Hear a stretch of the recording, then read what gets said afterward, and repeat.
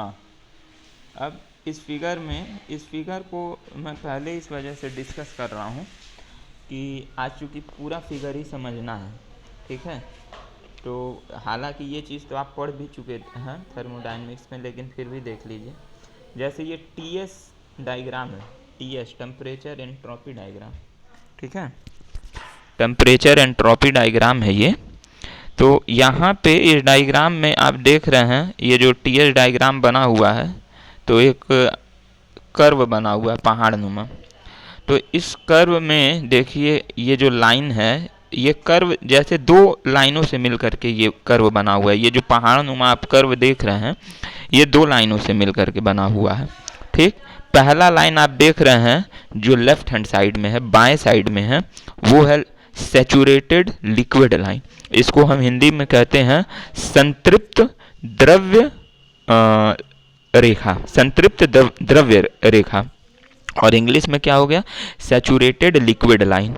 ये आप पढ़े होंगे प्योर सब्सटेंस ऑफ थर्मोडायनेमिक्स में, चैप्टर नंबर शायद 5वां या 6वां था, जिसमें मोरियल चार्ट और स्टीम टेबल पढ़ रहे थे। तो हल्का उसमें पूरा जो है ये सब जो है बेसिक जो है सारा आया हुआ था आप लोग में, ठीक है। तो यहाँ पे पहला जो बाएं साइड में है वो कौन सा लाइन है, सैचुरेटेड लिक्विड लाइन है, दिख भी रहा होगा। LIQN का मतलब वो शॉर्ट में मैंने लिख दिया है, सैचुरेटेड वो लिक्विड है, LIQUID लिक्विड लाइन, ठीक। और जो राइट साइड में जो लाइन है वो है सैचुरेटेड वेपर लाइन, इसको हम कहेंगे संतृप्त वाष्प क्या नाम है रेखा, ठीक है। ये दोनों लाइन जिस बिंदु पर मिलता है, किस बिंदु पे मिल रहा है, ऊपर मिल रहा है, किस बिंदु पे मिल रहा है, ऊपर मिल रहा है, जिसको हम डिनोट कर रहे हैं CP से, ठीक है, CP से डिनोट कर रहे हैं। CP का मीन्स,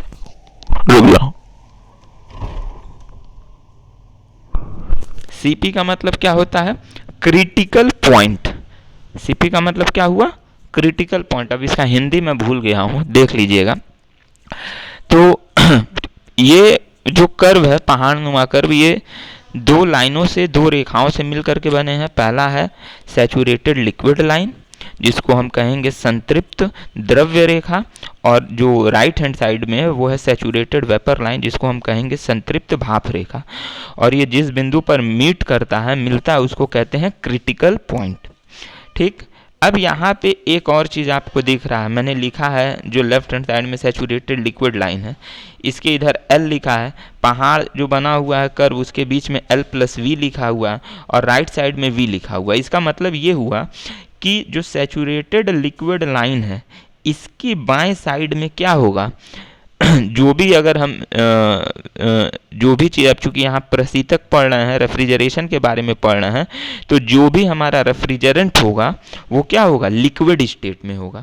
या आप ऐसे भी कह सकते हैं किसी निकाय में जो हम सब्सटेंस यूज़ कर रहे हैं, जो पदार्थ यूज कर रहे हैं, उसकी अवस्था जो है सैचुरेटेड लिक्विड लाइन के बाएं साइड में, बाएं में है ना, इसके जस्ट पीछे, पीछे किस अवस्था में वो होगा, पदार्थ हमारा लिक्विड स्टेट में होगा, मतलब द्रव्य अवस्था में होगा। क्लियर है, सैचुरेटेड लिक्विड लाइन के पीछे जो है बाएं साइड में पदार्थ की अवस्था क्या होगी, द्रव्य अवस्था में होगी, ठीक। अब जैसे ही सैचुरेटेड लिक्विड लाइन पे ये पहुंचा, तो ये क्या होगा, द्रव्य से धीरे धीरे भाप में परिवर्तित होने लगेगी। यानी यहाँ पे कौन सा प्रोसेस होगा, इवेपोरेटर, सॉरी वो जो लिक्विड है वो क्या होगा, इवेपोरेट होगा, मतलब वो भाप में क्या होगा, परिवर्तित होने लगेगा। तो ये जो कर्व है इसके बीच में जो है L+V, इसका मतलब ये हुआ कि ये भाप में यहाँ परिवर्तन है, उसका जो है कुछ हिस्सा जो है भाप में होगा और कुछ हिस्सा क्या होगा, पानी के कण होंगे। मतलब पदार्थ के कुछ हिस्सा जो है धीरे धीरे भाप में कन्वर्ट हो, एक वक्त तो कन्वर्ट हो नहीं रहा है, धीरे धीरे हो रहा है। तो धीरे धीरे जब भाप में कन्वर्ट हो रहा है तो वहाँ कुछ हिस्सा भाप के होंगे और कुछ हिस्सा अभी क्या होगा, पानी के कण होंगे। तो बीच वाला जो हिस्सा है वो लिक्विड प्लस वेपर का है। फिर जैसे ही हमने टेम्परेचर और बढ़ाया तो ये आपका आ जाएगा saturated vapour line. Saturated vapour line पे जैसे ही आएगा, अब यहाँ पे क्या होगा, जो भी वेपर में लिक्विड पार्टिकल होंगे अब वो क्या हो जाएंगे, वो खत्म हो जाएंगे। यानी अब जो हमारा वेपर है वो क्या होगा, धीरे धीरे ड्राई स्टेट में आने लगेगा, सूक्ष्म अवस्था में आने लगेगा। वहाँ पे किसी भी तरह का अब लिक्विड पार्टिकल, द्रव्य के कण जो हैं उसमें नहीं होंगे। तो सैचुरेटेड वेपर लाइन के जो राइट साइड में पीछे जो है कौन सी अवस्था हो जाएगी पदार्थ की, वो भाप की अवस्था हो जाएगी, या इसको आप गैस भी कह सकते हैं, क्योंकि ड्राई है, अब उसमें लिक्विड के कण तो है नहीं, तो वो क्या हो जाएगा, अब धीरे धीरे गैसियस स्टेट में चला जाएगा। तो ये चीज़ समझना बहुत जरूरी था आज का चैप्टर स्टार्ट करने से पहले। ठीक है, तो उम्मीद है ये चीज़ क्लियर हो गया होगा। अब इसके बाद दूसरा चीज एक और है कि क्या कहते हैं, हाँ, जैसे अभी जो मैं अभी इसके बाद डिस्कस करूंगा उसमें दो डायग्राम हैं। जैसे कि आपने वेपर कंप्रेशन साइकिल में पढ़ा था ना, दो डायग्राम के, उसमें मैंने तीनों डायग्राम बना दिया था। टीएस डायग्राम था, मतलब टेम्परेचर एंट्रोपी डायग्राम, फिर उसके बाद पीएच डायग्राम था, दाब एवं एंथैल्पी के बीच, और एक मैंने बना दिया था पीवी डायग्राम, मतलब दाब और आयतन के बीच में। ठीक है, तो यहाँ पे जैसे मैंने टीएच डायग्राम समझाया उसी तरीके से पीएच डायग्राम में, मतलब दाब और दाब और इंथैल्पी वाले डायग्राम में भी ऐसे ही है। तो उसमें कंफ्यूज मत होइएगा, मैंने एक डायग्राम बना के आप लोग को बता दिया है। अब चलिए, अब मैं ला रहा हूँ वो वाला, रुक जाओ।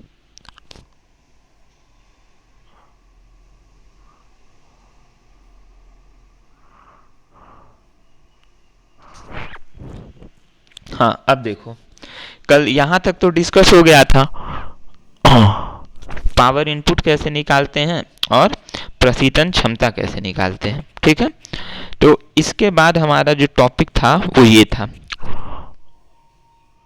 देखिए क्या था, वाष्प संपीड़न की विभिन्न दशाओं के लिए सीओपी, मतलब जब हम भाप का संपीड़न करते हैं तो उसमें विभिन्न दशाएं होती हैं, कंडीशंस होते हैं, उन सभी कंडीशंस के लिए हमको सीओपी निष्पादन गुणांक निकालना है। देखो इसमें हम दो ग्राफ के थ्रू समझा रहे हैं, एक टीएच ग्राफ है और एक जो है पीएच ग्राफ है। तो यहाँ पे भी आपके दो ही कर्व हैं, ये भी क्या है, दो लाइनों से मिल करके बना हुआ है, जो सीपी पे मतलब क्रिटिकल पॉइंट पे मिल रहा है। बाएं साइड वाला जो है वही सैचुरेटेड लिक्विड लाइन हो जाएगा और दाएं साइड वाला क्या हो जाएगा, सैचुरेटेड वेपर लाइन हो जाएगा। तो इसमें आप कंफ्यूज मत होइएगा। तो इसमें पहले बेसिक थोड़ा सा डिफिनेशन जान लीजिए, मैंने डिफिनेशन नहीं लिखा, मैं बता दे रहा हूँ, जब क्लास ऑफलाइन जब चलेगा तो वो तो फिर लिखना ही है, और नोट मैं भेज दूंगा क्लास जब ये चैप्टर ख़त्म होने वाला होगा तो उसमें दिया रहेगा आपका। तो अब यहाँ पे जो है पहला, जैसे टोटल ये जो है वाष्प संपीड़न की विभिन्न दशाओं के लिए सीओपी, तो मैंने बोला ना विभिन्न दशाओं मतलब कंडीशन, तो यहाँ टोटल 4 कंडीशन है, और आपके सिलेबस में इन 4 में से 3 कंडीशन दिया हुआ है सिलेबस में, लेकिन आपको चारों कंडीशन जान लीजिए, कोई टफ नहीं है। पहला कंडीशन है नम संपीड़न, ठीक है, वेपर कंप्रेशन के लिए। दूसरा है सूक्ष्म संपीड़न, ड्राई कंप्रेसर के लिए। तीसरा है अति तप्त संपीड़न, मतलब सुपर हीटेड कंप्रेशन के लिए। और चौथा है अवशीतलन संपीड़न, मतलब सुपर कूलिंग कंप्रेसर के लिए। ठीक है, तो ये 4 पॉइंट है। पहला कौन सा है, वेट कंप्रेशन के लिए मतलब नम संपीड़न के लिए। दूसरा है ड्राई के लिए मतलब सूक्ष्म संपीड़न के लिए। तीसरा है सुपर हीटेड कंप्रेशन के लिए मतलब अतितप्त संपीड़न के लिए। और चौथा है सुपर कूलिंग कंप्रेसर मतलब अवशीतलन संपीड़न के लिए। तो अब यहाँ पे हम अलग अलग पहले डिफिनेशन देख लेते हैं। नम संपीड़न नम संपीड़न में क्या होगा, वेट कंप्रेशन में क्या होगा कि जब हम रेफ्रिजरेंट को, मतलब जो हमारा कार्यकारी माध्यम है, उसको संपीड़क में भेजते हैं, मतलब अभी संपीड़क में अभी हम प्रोसेस स्टार्ट कर रहे हैं, पॉइंट हम 1 पे हैं, तो जब हम रेफ्रिजरेटर को संपीड़क में भेजने का काम करते हैं, उस समय हमारा जो रेफ्रिजरेंट है वो किस अवस्था में है, वो नम अवस्था में है, वेट अवस्था में है ना। क्योंकि मैंने बताया था ये जो पहाड़ के बीच का रीजन होता है वो लिक्विड प्लस वेपर रीजन होता है। इसका मतलब इस कंडीशन में हमारे जो रेफ्रिजरेंट है उसमें जो है अभी द्रव्य के कण क्या हैं, मौजूद हैं।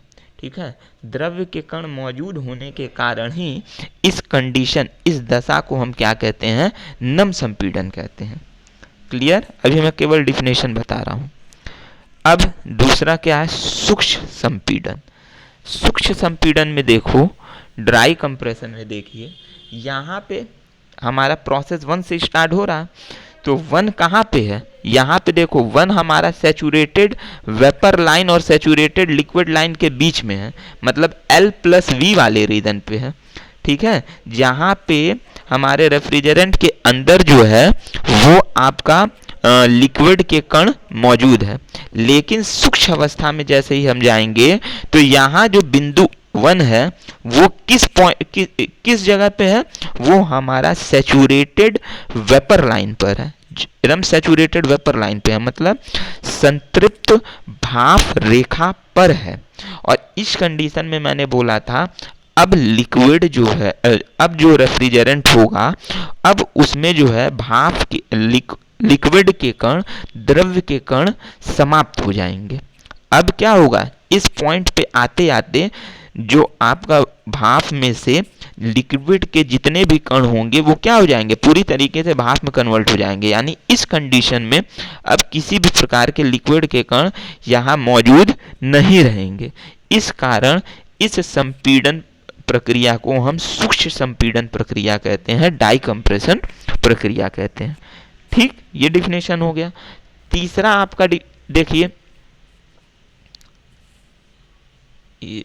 हाँ तीसरा अतितप्त। अतितप्त में देखो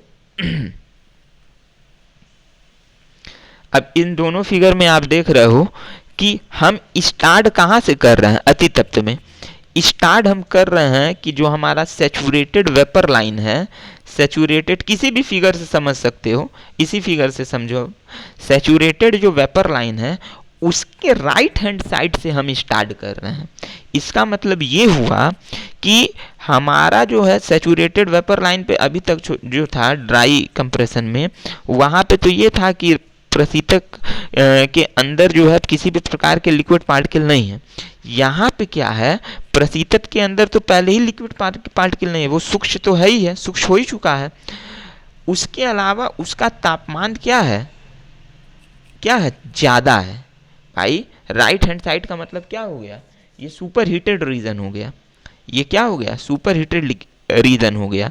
यहाँ पे मैंने लिखा था ना वी रीजन, मतलब ये रीजन जो है जो इधर राइट हैंड साइड में होगा वो सुपर हीटेड रीजन होगा, और जो लेफ्ट हैंड साइड में जो आपका सैचुरेटेड लिक्विड लाइन है उसके लेफ्ट साइड में क्या होगा, वो लिक्विड रीजन होगा या सब कूलिंग रीजन होगा, उसको हम कहते हैं सब कूलिंग रीजन।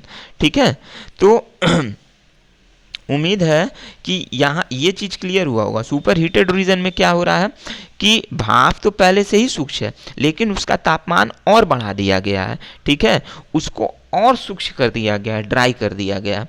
तब हम जो है कहाँ से स्टार्ट करेंगे, 1 से स्टार्ट करेंगे।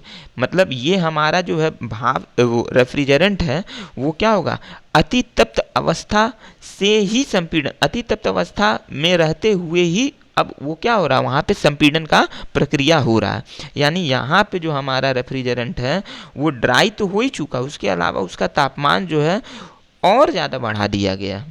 ठीक है, तो इसको हम कहेंगे अति तप्त संपीड़न। ये जो प्रक्रिया होगा वो क्या होगा, अति तप्त संपीड़न का प्रक्रिया होगा। और एक कल इसमें नहीं बनाया था, आज ये वाले में है।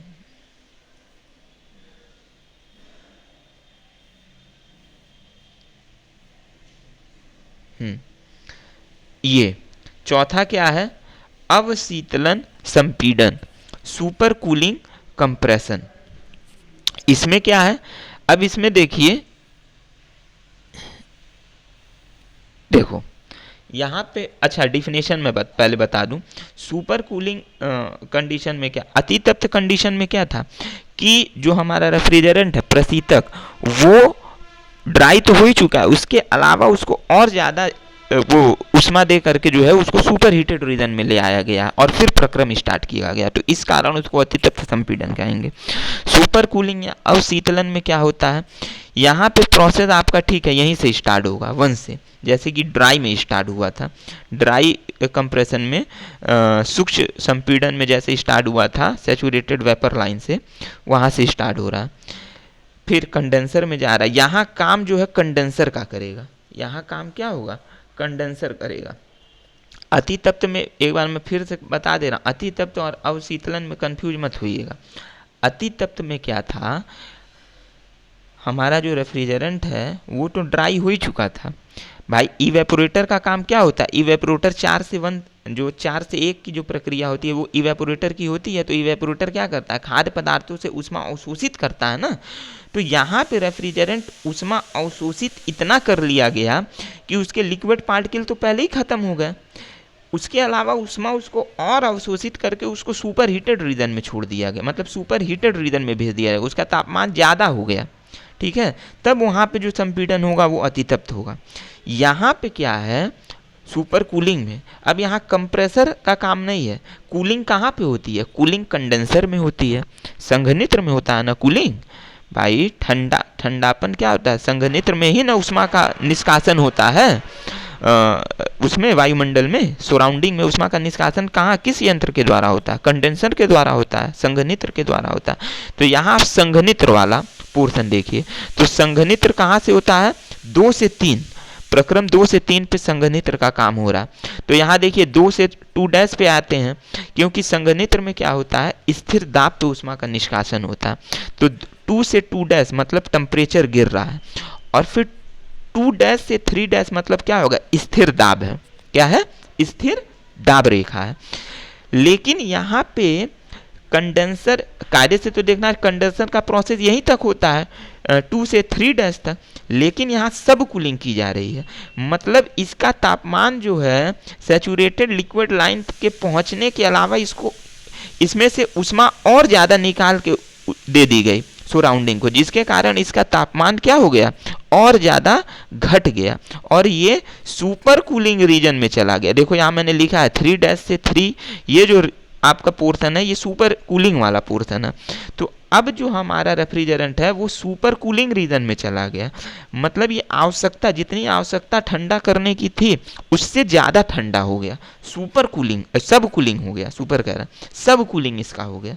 जितना ठंडा कंडेंसर के द्वारा किया जाता था उससे भी ज़्यादा ऊष्मा हमने सराउंडिंग को दे दिया, जिसके कारण क्या हो गया, ये वो क्या कहते हैं,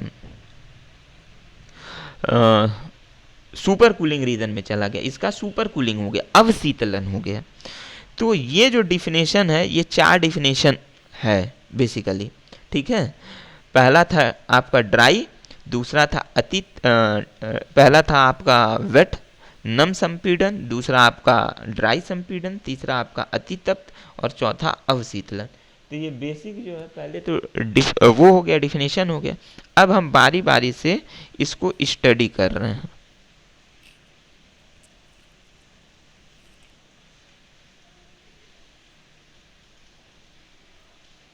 अब देखिए इसमें हो क्या रहा, जैसे किसी से भी आप समझ लीजिए, मान लीजिए इसी से समझिए आप, इस पीएच वाले से, जैसे नमी संपीड़न का जो डिफिनेशन अभी मैंने बताया है कि यहाँ पे जो रेफ्रिजरेंट है वो कंप्रेशन प्रक्रिया होने से पहले किस अवस्था में है, वो ऐसी अवस्था में है जहाँ पे लिक्विड कण भी उसके अंदर मौजूद है। तो अवस्था 1, पॉइंट 1। अब यहाँ से जो प्रक्रम हो रहा है संपीड़न में, कौन सा प्रक्रम होता है, रुद्धोष्म रिवर्सिबल एडियाबैटिक, हाँ रिवर्सिबल एडियाबैटिक प्रोसेस होता है, रिवर्सिबल एडियाबैटिक कंप्रेशन होता है, मतलब प्रतिवर्त रुद्धोष्म प्रक्रम, ठीक है, जिसको हम आइसेंट्रोपिक प्रक्रम भी कहते हैं। तो अवस्था 1 से 2 पे हो रहा है। देखिए यहाँ पे ये रिवर्सिबल एडियाबैटिक प्रोसेस जिसको हम आइसेंट्रोपिक प्रोसेस कहते हैं, तो यहाँ पे एंट्रोपी क्या है, समान है, S1 = S2 हो जाएगा, ठीक है, क्योंकि ये एकदम सीधा लाइन है। अब अवस्था 2 से अवस्था 3 पे जब हम जाएंगे तो फिर वही कंडेंसर का कांस्टेंट प्रेशर हीट रिजेक्शन होगा, तो कांस्टेंट प्रेशर पे हीट रिजेक्शन हो गया। 3 से 4 क्या था, थ्रॉटलिंग वाल्व के थ्रू था, इसलिए इसको डॉटेड लाइन से शो कर रहा है। क्यों? क्योंकि थ्रॉटलिंग वाल्व जो थ्रॉटलिंग प्रोसेस है वो क्या होता है, हाईली इरिवर्सिबल होता है, अप्रतिवर्त होता है। ठीक है, तो अप्रतिवर्त होने के कारण इसको डॉटेड लाइन से शो किया जाता है। तो थ्रॉटलिंग प्रोसेस क्या हुआ, ये भी आपका एक जो है रुद्धोष्म प्रक्रम है, अप्रतिवर्त रुद्धोष्म प्रक्रम। तो यहाँ पे आपका अप्रतिवर्त रुद्धोष्म प्रक्रम हो गया। ठीक है, एक्सपेंशन हो गया। ठीक, फिर चौथा से एक क्या होगा, इवेपोरेटर के द्वारा कांस्टेंट प्रेशर पे हीट एडिशन हो गया। तो ये चीज़ तो आप जो है सीओपी निकालने के समय पढ़ रहे थे, लेकिन यहाँ पे क्या है, स्टार्टिंग अंदर से हो रही है। जो आपका रीजन है लिक्विड सैचुरेटेड लाइन और लिक्विड वेपर लाइन, उसके बीच में से स्टार्ट हो रहा है। और यहाँ पे भी देखिए, अब बात आ गई सीओपी की। तो सीओपी, अब इसको समझाना तो बहुत इलेबोरेट हो जाता, आप डायरेक्ट बस देख लो। सीओपी का जो है आप फॉर्मूला जानते ही हो, प्रशीतन प्रभाव बटे जो है किया गया का। प्रशीतन प्रभाव कहाँ होता है, प्रशीतन प्रभाव इवेपोरेटर में होता है, वहीं ना उष्मा अवशोषित होती है। तो यहाँ पे जो सीओपी आएगा, मैंने पहले ही बताया था, इन सभी में सीओपी लगभग समान है, सब समान है। जो हमने सीओपी अभी तक पढ़ा है वेपर कंप्रेशन साइकिल में, वही सीओपी सब में है, बस ये अलग अलग कंडीशन आपको समझाने के लिए दिया गया है। ठीक है, तो यहाँ पे भी वही COP हो जाएगा, H1 minus H4 upon H2 minus H1, या H4 की जगह हम H3 भी पुट कर सकते हैं, क्योंकि हम जानते हैं H3 इक्वल टू H4। यहाँ पे आप देख लो, ये क्या है, पीएच डायग्राम में 3 से 4 पे क्या है, एक सीधा लाइन है, तो ये नीचे जाएगा तो H3 इक्वल टू H4 हो जाएगा। तो हम 4 के जगह H3 पुट कर सकते हैं। अच्छा, मैंने कल बताया था कि मेन फार्मूला कौन सा होता है, मेन फार्मूला हम यही वाला मानते हैं, H1 minus H3 upon H2 minus H1। तो मैंने बोला था इसको इसलिए मेन फार्मूला मानते हैं। अब फिगर में देखो, फिगर में जो 0.3 है, ये सैचुरेटेड आपका लिक्विड लाइन पे है। तो मोरियर चार्ट से या स्टीम टेबल से जो है 0.3 निकालना क्या होगा, आसान होगा एज कंपेयर टू 0.4। इस वजह से ये ज़्यादा सुटेबल आपका फॉर्मूला होगा, न्यूमेरिकल में आसानी से H3 की वैल्यू आप निकाल सकते हैं। अब दूसरा कंडीशन है ड्राई कंप्रेशन। तो ड्राई कंप्रेशन के लिए मैंने बताया कि अब रेफ्रिजरेंट जो है लिक्विड वेपर लाइन से स्टार्ट करेगा। 0.1 कहाँ है, लिक्विड वेपर लाइन पे है, यानी इस कंडीशन में अब रेफ्रिजरेंट में किसी भी प्रकार के जो है लिक्विड के पार्टिकल, द्रव्य के कण नहीं रह गए। फिर वही सारा प्रोसेस वही सेम ही रहेगा अब इसमें भी। ठीक है, यहाँ से 1 से 2 पे जाने के लिए वही रिवर्सिबल एडियाबैटिक प्रोसेस होगा, आइसेंट्रोपिक प्रोसेस। 2 से 3 पे जाने के लिए क्या होगा, constant pressure heat rejection condenser के थ्रू होगा। फिर 3 से 1 थ्रॉटलिंग वॉल में हो रहा है, एक्सपेंशन हो रहा है, लेकिन ये इरिवर्सिबल है, हाईली इरिवर्सिबल है, इसलिए इसको डॉटेड लाइन से हमने दिखा दिया। और एक्सपेंशन हो रहा है मतलब टेम्परेचर में गिरावट आ रही है, टेम्परेचर और प्रेशर दोनों में गिरावट आ रही है। ठीक है, और यहाँ पे एंट्रोपी एंथैल्पी क्या होता है, कांस्टेंट हो जाता है, H3 इक्वल टू H4। और प्रोसेस 4 से 1 क्या होगा, इवेपोरेटर का है, तो यहाँ पे क्या होगा, कांस्टेंट प्रेशर हीट एडिशन हो रहा है, उष्मा का अवशोषण हो रहा है। ठीक है, तो अब यहाँ पे भी सारा प्रोसेस सेम ही है, बस आपको दिमाग में ये रखना है, देखो किस कंडीशन में कहाँ से हम फिगर स्टार्ट कर रहे हैं। फिगर अगर आपने इसमें डायग्राम सही बना लिया तो कोई दिक्कत नहीं है, ठीक है, लेकिन अगर फिगर गलत बना दिया तब आपका गलत हो जाएगा। तो फिगर ही मैं समझा रहा हूँ। अब यहाँ पे सेम वही फॉर्मूला रहेगा, H1 minus H4 upon H2 minus H1, या H4 की जगह हम कौन सी वैल्यू पुट कर सकते हैं, H1 माइनस H3 की value upon H2 minus H1। ठीक है, तो ये हो गया। अब इसके बाद आपका अतितप्त आ गया। देखो अतितप्त, अच्छा एक चीज और, अतितप्त बताने से पहले आप ये देख लो, अब नम और ड्राई इन दोनों संपीड़न में जो है बेटर कौन माना जाता है। जैसे अभी ये चीज, या रुके रहो पहले आज यही बता दूं, अब लास्ट में मैं थोड़ा सा बता दूंगा, और इसके लिए थोड़ा सा डिटेल में जाना पड़ेगा तब समझ में आएगा। पहले ये देख लो आप। अब आपका आ गया अति तप्त संपीड़न।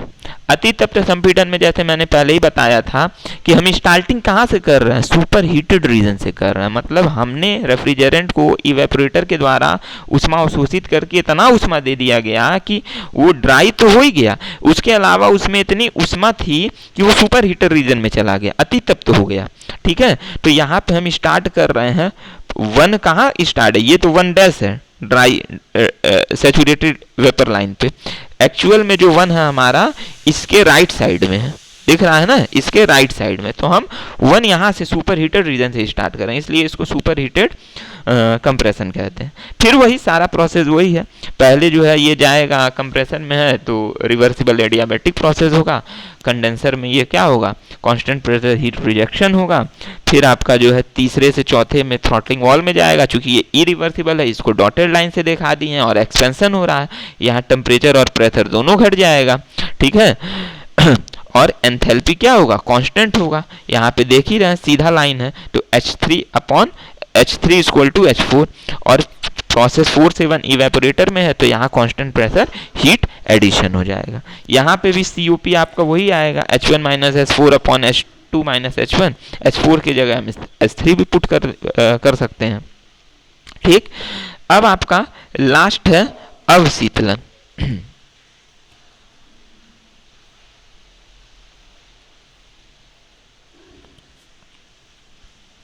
अवशीतलन में देखिए, तो अवशीतलन में मैंने ये बताया था कि जो सुपर कूलिंग हो रही है ना, अभी तक तो संपीड़न आपने पढ़ा, संपीड़न तो सारा प्रोसेस जो है कंप्रेसर के होने से पहले ही हो रहा था, लेकिन यहाँ कूलिंग है।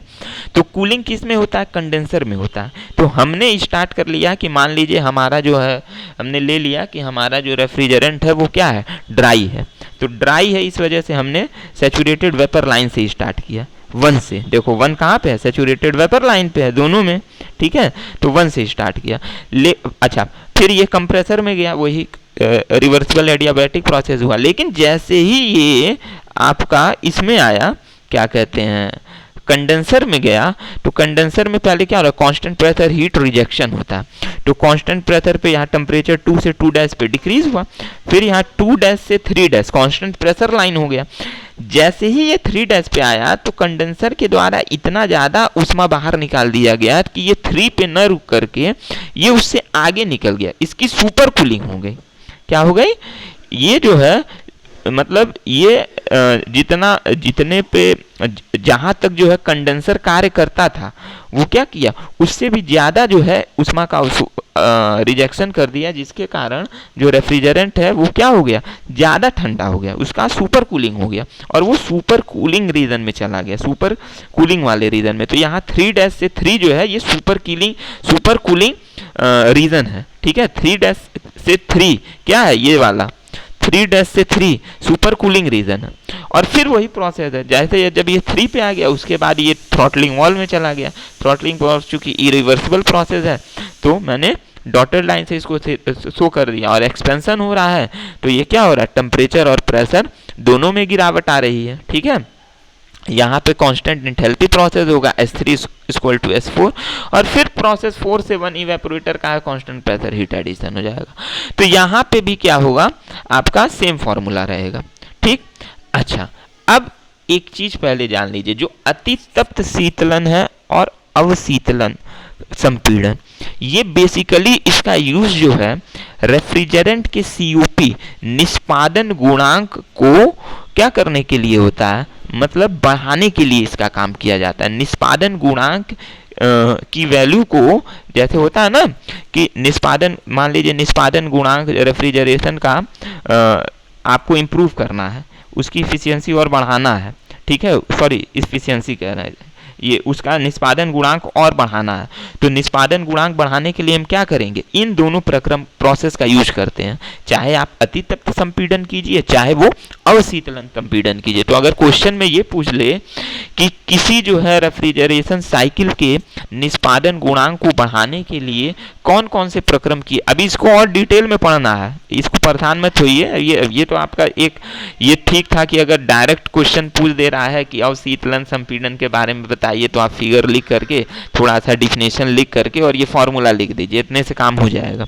लेकिन अभी इसको और डिटेल में पढ़ना है, जैसे क्वेश्चन अगर ये पूछ लिया कि किसी वेपर कंप्रेशन साइकिल के निष्पादन गुणांक को इम्प्रूव करने के लिए, बढ़ाने के लिए हम कौन कौन से प्रक्रम कर सकते हैं, तो आपको मालूम होना चाहिए कि अति तप्त संपीड़न सुपर हीटेड कंप्रेशन या अवशीतलन संपीड़न सुपर कूलिंग कंप्रेशन यहाँ पे नहीं होगा, यहाँ सुपर कूलिंग ही हो जाएगा। देखो मैंने थोड़ा सा गलत यहाँ कर दिया है, कंप्रेशन हटा दो, गड़बड़ हो गया, रुक जाओ मैं यहाँ, नहीं तो ये सॉरी ये जो है कंप्रेशन हटा दो, ठीक है, क्योंकि कंप्रेशन है बस सुपर कूलिंग होगा। सुपर कूलिंग जो आपका होगा प्रोसेस, इन दोनों अति तप्त संपीड़न और सुपर कूलिंग, इन दोनों प्रक्रिया के द्वारा हम क्या कर सकते हैं, हम वो क्या कहते हैं, वेपर कंप्रेशन साइकिल के निष्पादन गुणांक कोफिशिएंट ऑफ परफॉर्मेंस को बढ़ा सकते हैं किसी के, ठीक है। अब यहां तक तो आपका क्लियर हो गया होगा, उम्मीद है कि ये टॉपिक क्लियर हो गया होगा। अब टाइम होने वाला है तो आज यहीं रहने दे रहा है। अब इसके बाद इस चीज को थोड़ा सा डिस्क्राइब फॉर्म में इसको समझेंगे कि कैसे क्या हो रहा है, ठीक है। तो आज के लिए इतना ही रहने दो।